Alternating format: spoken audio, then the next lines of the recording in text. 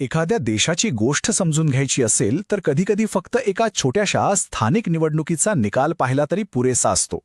आज आपण असंच काहीतरी करणार आहोत. महाराष्ट्राच्या दिग्रस मतदारसंघाचा निकाल तो आपल्याला काय सांगतोय हे जरा जवळून पाहूया. तर आपण आहोत महाराष्ट्राच्या विदर्भ भागात दिग्रसमध्ये. हा भाग बघा मुख्यत्वे करून ग्रामीण आहे आणि इथे राजकारण म्हणजे काय तर ते इथल्या मातीशी, लोकांच्या रोजच्या जगण्या मरण्याच्या संघर्षाशी जोडलेलं आहे. त्यामुळे निकालाचे आकडे समजून घेण्याआधी इथल्या जमिनीचा, इथल्या लोकांचा आवाज काय आहे तो ऐकणं महत्त्वाचं आहे. या विश्लेषणात आपण पुढे कसं जाणार आहोत ते पाहूया. सगळ्यात आधी लोकांच्या मनात काय आहे, त्यांच्या समस्या काय आहेत हे समजून घेऊया. मग बघूया निवडणुकीचे आकडे काय सांगतायत, या आकड्यांमागची गोष्ट काय आहे त्याचं विश्लेषण करू आणि या सगळ्यामधून एका चांगल्या प्रशासनाचा आराखडा कसा असू शकतो आणि लोकांचा विश्वास कसा जिंकता येतो यावर आपण बोलणार आहोत.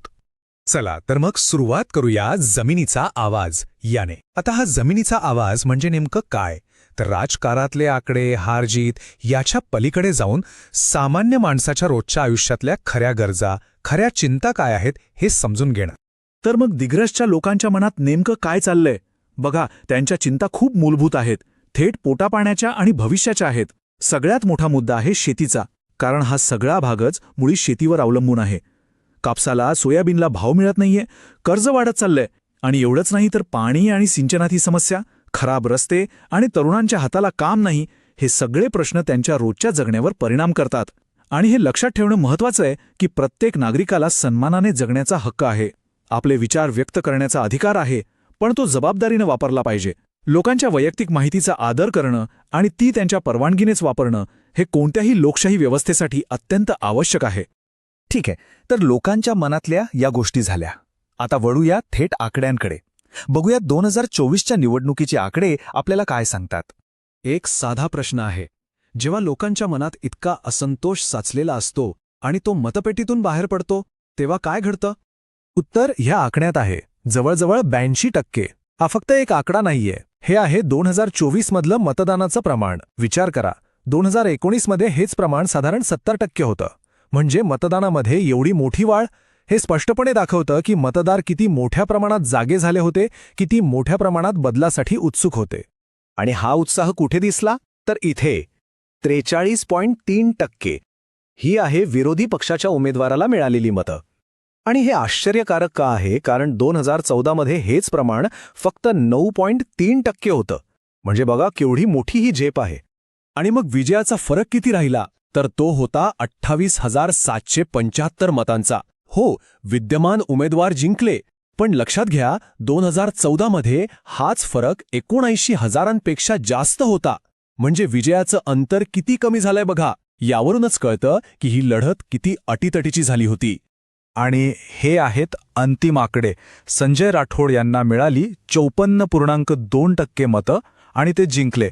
पण त्यांच्या विरोधात माणिकराव ठाकरे यांना 43.3% मतं मिळाली. याचा अर्थ एकच आहे, विरोधी पक्षाने एकत्र येऊन एक जबरदस्त, एक तगडं आव्हान उभं केलं होतं.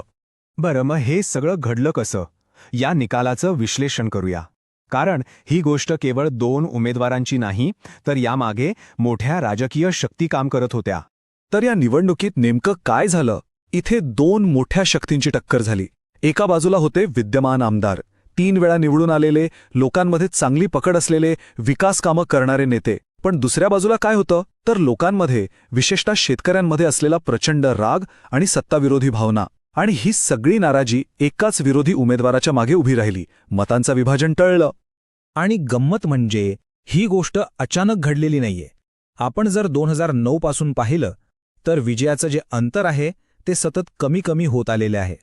2009 मध्ये 54,000, 2014 मध्ये जवळपास 80,000, 2019 मध्ये 63,000 आणि आता फक्त 28,000. याचा सरळ अर्थ आहे की दिग्रसमधली राजकीय लढाई आता अधिकाधिक चुरशीची होत चालली आहे. मग ह्या सगळ्या परिस्थितीतून पुढे काय आहे? एखाद्या नेत्याला जर दीर्घकाळ राजकारणात टिकायचं असेल तर फक्त निवडणुका जिंकून चालणार नाही, लोकांचा विश्वास जिंकावा लागेल. मग प्रश्न येतो की हा विश्वास जिंकायचा कसा? याच्यासाठी एक चौकट आहे. लोककेंद्रित प्रशासनाचे 4 स्तंभ. पहिला स्तंभ आहे विचारधारा. एक असा विचार जो लोकांच्या मूळ समस्यांवर बोलतो. दुसरा आहे पहचान, म्हणजे प्रत्येक समाजाला, प्रत्येक घटकाला वाटलं पाहिजे की हा नेता आपला आहे. तिसरा संपर्क, फक्त निवडणुकीच्या वेळी नाही तर सतत लोकांशी जोडलेले राहणं. आणि चौथा, जो सगळ्यात महत्त्वाचा आहे, तो म्हणजे सुशासन, म्हणजे जी वचनं दिली ती पूर्ण करणं, मग ते रस्त्याचं काम असो किंवा पाण्याची योजना. चला तर मग या सगळ्या विश्लेषणाचा शेवट करताना यातून काय शिकायला मिळालं आणि ग्रामीण भागातील लोकशाहीसाठी याचा अर्थ काय आहे ते पाहूया. आणि विश्वास तेव्हाच निर्माण होतो जेव्हा प्रत्येक व्यक्तीच्या मताचा, त्यांच्या गोपनीयतेचा आदर केला जातो. भारतीय कायद्यानुसार लोकांची वैयक्तिक माहिती अत्यंत काळजीपूर्वक आणि त्यांच्या संमतीनेच हाताळली पाहिजे. हेच एका चांगल्या आणि जबाबदार प्रशासनाचे लक्षण आहे. तर दिग्रसच्या या निकालातून आपण काय शिकलो? 4 महत्त्वाच्या गोष्टी. 1. जेव्हा मतदानाचा टक्का वाढतो तेव्हा समजायचं की लोकांच्या मनात बदल करण्याची इच्छा आहे. 2. विरोधी पक्ष जर विखुरलेला असेल तर सत्ताधाऱ्यांचा फायदा होतो, पण तोच पक्ष एकत्र आला तर तो नाराजीला योग्य दिशा देऊ शकतो. 3.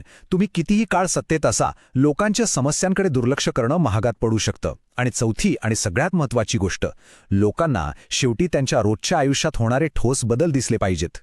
आणि म्हणून हा शेवटचा प्रश्न विचार करायला लावणारा आहे. मतदार आता अधिक जागरूक होत आहेत, त्यांना गृहीत धरून चालणार नाही. मग अशा परिस्थितीत राजकीय नेत्यांना फक्त सत्ता मिळवण्यावर लक्ष केंद्रित करून चालेल का, की लोकांचा खरा विश्वास संपादन करण्यासाठी त्यांना स्वतःमध्ये बदल घडवावा लागेल? जर तुम्हाला लोककेंद्रित नेता बनायचं असेल आणि आपल्या मतदारसंघाचा विकास करायचा असेल तर blueprintstrategies.ai शी mgr@blueprintstrategies.ai वर संपर्क साधा किंवा 0840 20 41 602 वर कॉल करा. उद्देश राजकारणाचा पलीकडचा.